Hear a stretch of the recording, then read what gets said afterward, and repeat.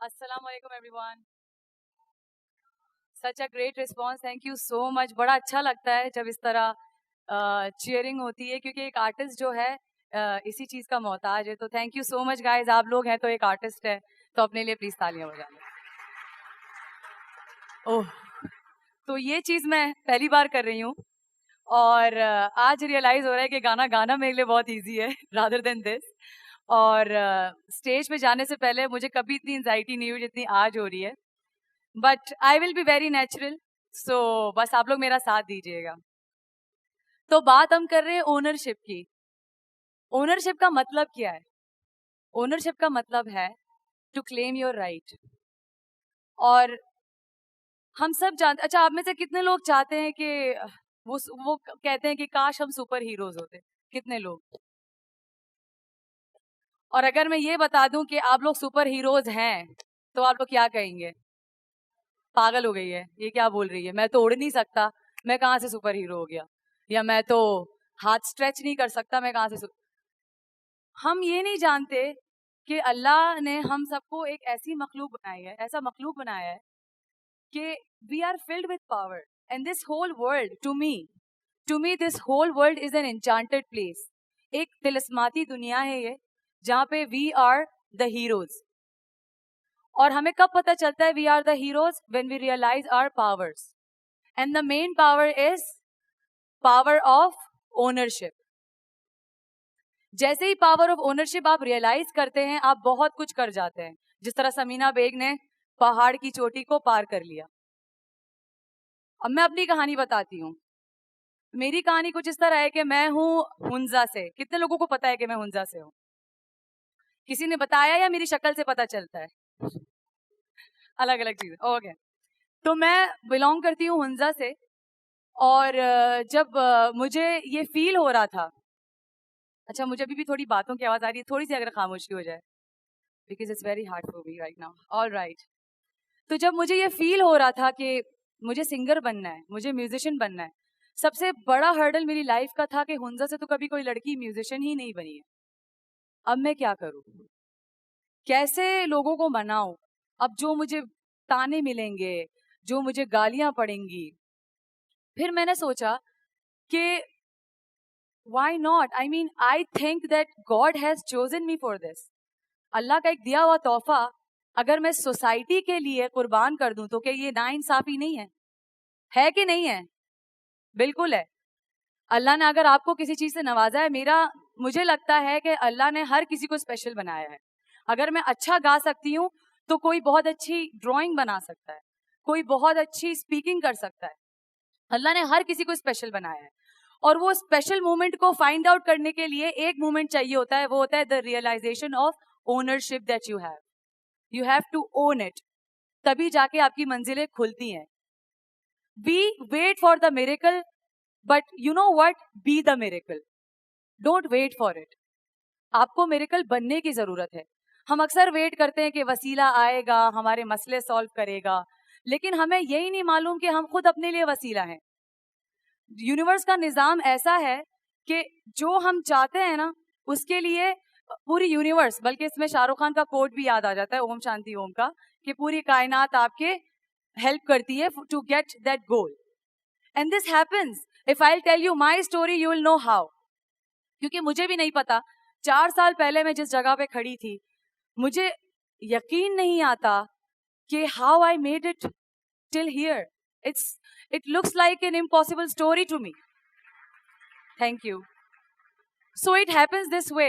जब मुझे पता चला कि भाई हुंजा में तो लड़कियां सिंगर ही नहीं बनी, तो अब मुझे फेस करना था अपनी फैमिली को, और सबसे पहले सबसे ज्यादा मेरे वालिद साहब को, क्योंकि मैं उस फैमिली बैकग्राउंड से आ रही थी जहाँ पे डोमेस्टिक वायलेंस बहुत ही आम था, बहुत ही ज्यादा। औरत का मर्द पर हाथ उठाना मुझे दिख रहा था, डर भी लगता था, रोती भी थी, लेकिन कुछ कर नहीं सकती थी।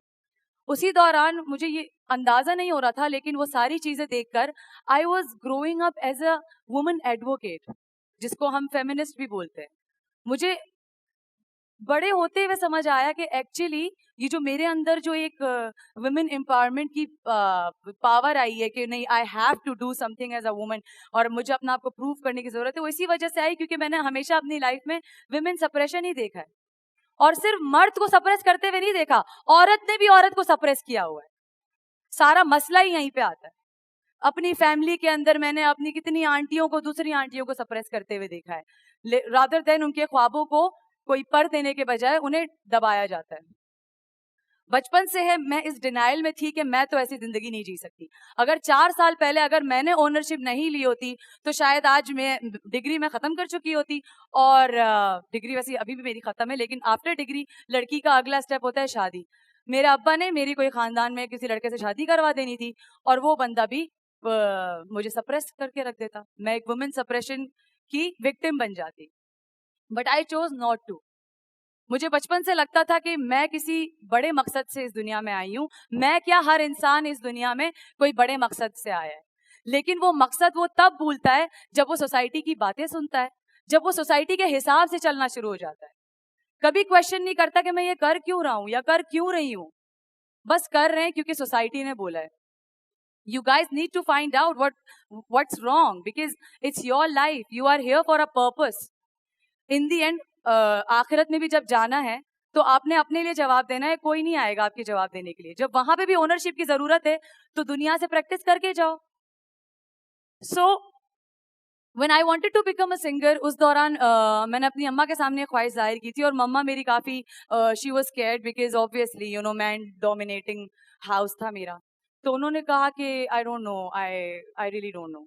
एंड देन मुझे लग रहा था कि अंदर से वो चाहती जरूर थी, क्योंकि मुझे ये भी दिख गया था कि एक शायद उनका भी कोई ख्वाब था जो अब मेरे थ्रू पूरा हो सकता था। तो स्टोरी कुछ यूं है कि एक बार बातों बातों में उन्होंने मुझे एक बात बताई कि उनके टीनेज के दौरान कहते हैं कि हुंजा में, गिलगित बल्तिस्तान में नर्सिंग को बहुत बुरा माना जाता था। नर्सिंग जॉब जो कि बहुत ही रेप्यूटेबल जॉब है, उसको बहुत बुरा माना जाता था। तो एक खातून थी वहां पे, उन्होंने क्या किया कि उन्होंने बोला भाई सो व्हाट, लाइक मैं करूंगी nursing. She was the first lady who went for nursing. And बात ये हुई, लोगों ने तो बातें की लेकिन लोगों की बातों से उसको कोई फर्क नहीं पड़ा, क्योंकि she was from an under privilege family and because of nursing उसने अपनी फैमिली को सपोर्ट ही नहीं किया। वो आउट ऑफ कंट्री चली गई और वहां सेटल हो गई। और उसका वो दिन था और आज का दिन है। आज हर घर में हर कोई अपनी बेटी को बोलता है बेटा नर्सिंग कर लो। ये वक्त आ गया है जिस टाइम पे नर्सिंग को बुरा माना जाता था और अब नर्सिंग को एम्फेसाइज किया जाता है लड़कियों के लिए कि भाई नर्सिंग करो। मैंने कहा अगर वो नर्सिंग के इस तरह से मेंटेलिटी चेंज कर सकती थी then why not me, why can't I do that. मैं बोला चलो ठीक है यार, I will do this for the sake of women's right. कि अगर if it takes for me to take a lot of hurdles to become a singer as a first Hunzai girl, ठीक है सारी गालियां मैं ले लूंगी, लेकिन मेरे बाद जो लड़कियां आएंगी वो तो सुकून से आ सकेंगी because they will have a role model कि वो तो गई है। I took everything on me. मैंने बोला चलो शुरुआत करते हैं, किसी को तो यहाँ पे आती है ओनरशिप। शुरुआत ली मैंने और मुझे पता था कि इस दौरान मुझे कितने मसले होंगे, लेकिन मैंने ये जान के शुरुआत ली कि नहीं, आज मुझे मसले होंगे तो कल को दूसरी लड़की को मसले नहीं होंगे। सो मैंने जाके ख्वाहिश जाहिर की। वालिद साहब ने मुझे बहुत धमकियां दे दी क्योंकि वो सोसाइटी के बोलते हैं ना कि ताबेदार थे, उन्होंने वो सोसाइटी की बहुत सुनते थे। फिर क्योंकि मैं अपनी लाइफ से और अपनी द वे ऑफ लिविंग से ज़्यादा मुत्तफिक नहीं करती थी, तो मैंने तो ठान ली थी कि नहीं, आई थिंक जो चीज़ गलत होती है उसको गलत बोलना ज़रूरी है। ठीक है, खैर है बोलना भी, it's not a part of ownership. जो चीज़ गलत है वो गलत है। So what I did, I tried too hard. मैंने बहुत प्यार से बहुत मिन्नतें करके कोशिश की कि वो मान जाएं। एक टाइम पे तो मैं उनको फुल अब्बा के सरवर दबा के कह रही हूँ कि पापा प्लीज देखें ना, आप चलें मेरे साथ, खुद चलें। If you want to you can come with me, if you think if it's unsafe for me you can come with me and see. But again वो भड़कने लगे, गुस्सा करने लगे, इतने इतने गुस्सा कर लिए कि भाई घर में झगड़ा शुरू हो गया मेरे माँ बाप का। और फिर उन्होंने धमकी दे दी कि भाई अगर ये गई तो मैं इसको गोली मार दूंगा। आई वाज लाइक ठीक है, but I could see that nothing was fair. अगर मैं अल्लाह के इस दिए हुए तोहफे को अगर मैं नहीं को फॉलो अप करती तो आई थिंक ये नाशुक्री होती। और क्योंकि इंसान इस दुनिया में जब आता है वो अपनी ज़ात के लिए आता है, और अगर वो अपनी ज़ात से खुश होता है ना, वो हर किसी को खुश रख सकता है। आज अगर हमारे यूथ में टॉलरेंस नहीं है, एक्सेप्टेंस नहीं है, वो इसलिए नहीं है क्योंकि सब जाती तौर पे खुश नहीं है, क्योंकि हमारे अंदर ओनरशिप की कमी है। मेरी तो गुजारिश है उन माँ बाप से कि वो अपने बच्चों को मौके दें, उनके ख्वाब पूरे करने के, अपने ख्वाब उन पर ना थोपें। आई मीन छोटी छोटी एग्जाम्पल से जानवर हमें वे ऑफ लिविंग सिखा के चले जाते हैं। मतलब बिल्ली को देखा है कभी? बिल्ली जब बच्चे देती है कुछ महीने तक अपने पास रखती है, जैसे ही the kittens are ready for the world वो छोड़ देती है उन्हें। Then why can't our parents do that? Why can't they trust us? I mean, we can own ourselves because eventually we have to own ourselves. And once we'll own ourselves, we'll be able to make everyone happy. क्योंकि अंदर की खुशी पहले ज्यादा जरूरी है। आज की यूथ में अगर टॉलरेंस नहीं है, वो इसलिए नहीं है क्योंकि वो इंटरनली खुश नहीं है। और इंटरनल खुशी कहाँ से आ सकती है? When you will own up to your thing. Ownership is the only key to bring happiness to yourself, and that happiness can go to people. एक, thank you. ग्लास है, वो ग्लास समझो कि आप हो, उसमें पानी नहीं है, लेकिन आप your intentions are to put water in another glass, but there is no water in it. How will you pour? That water is happiness, by the way. लेकिन अगर उसी ग्लास में पानी है और आप उसको फिर you can pour it to every glass, you know, you can spread happiness. सबसे पहले अपनी जात के लिए खुश होना जरूरी है, उसके बाद you can make everyone happy.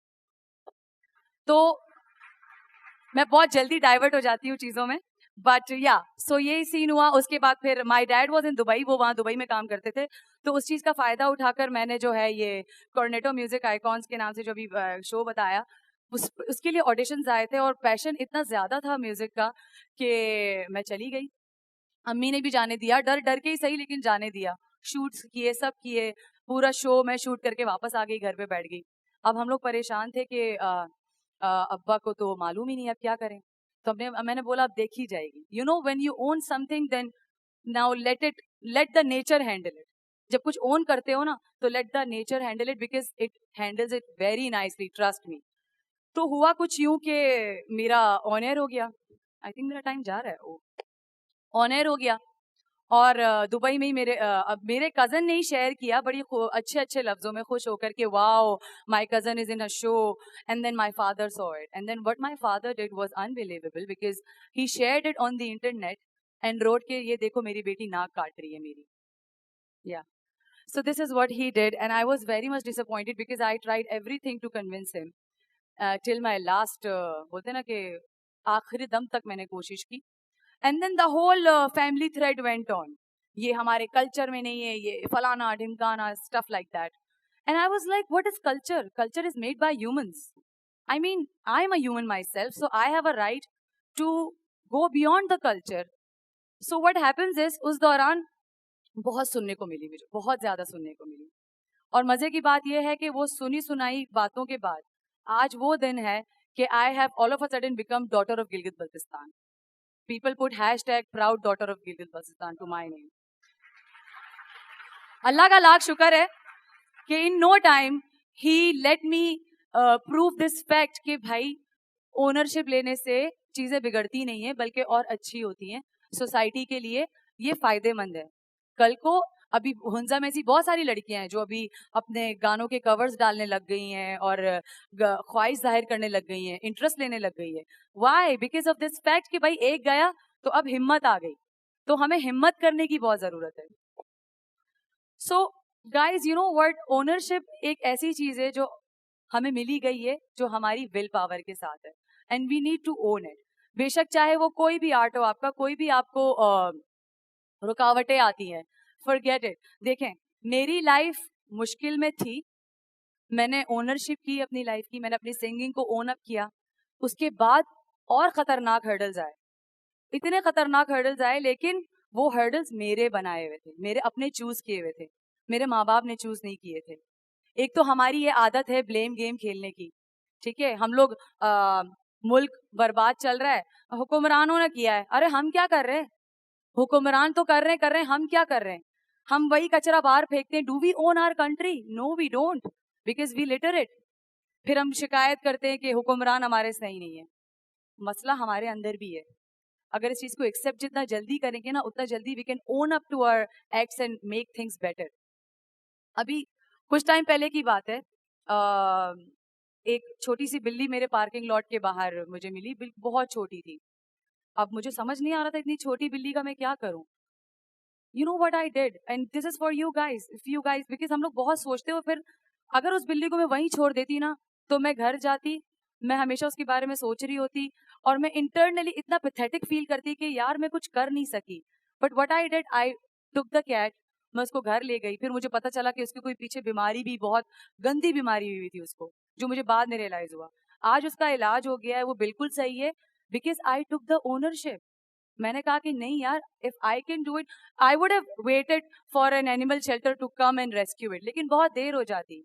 मेरे बताने का मकसद ये है कि छोटी छोटी चीजों में ओनरशिप लेना बहुत जरूरी है, आपकी अपने सेहत के लिए।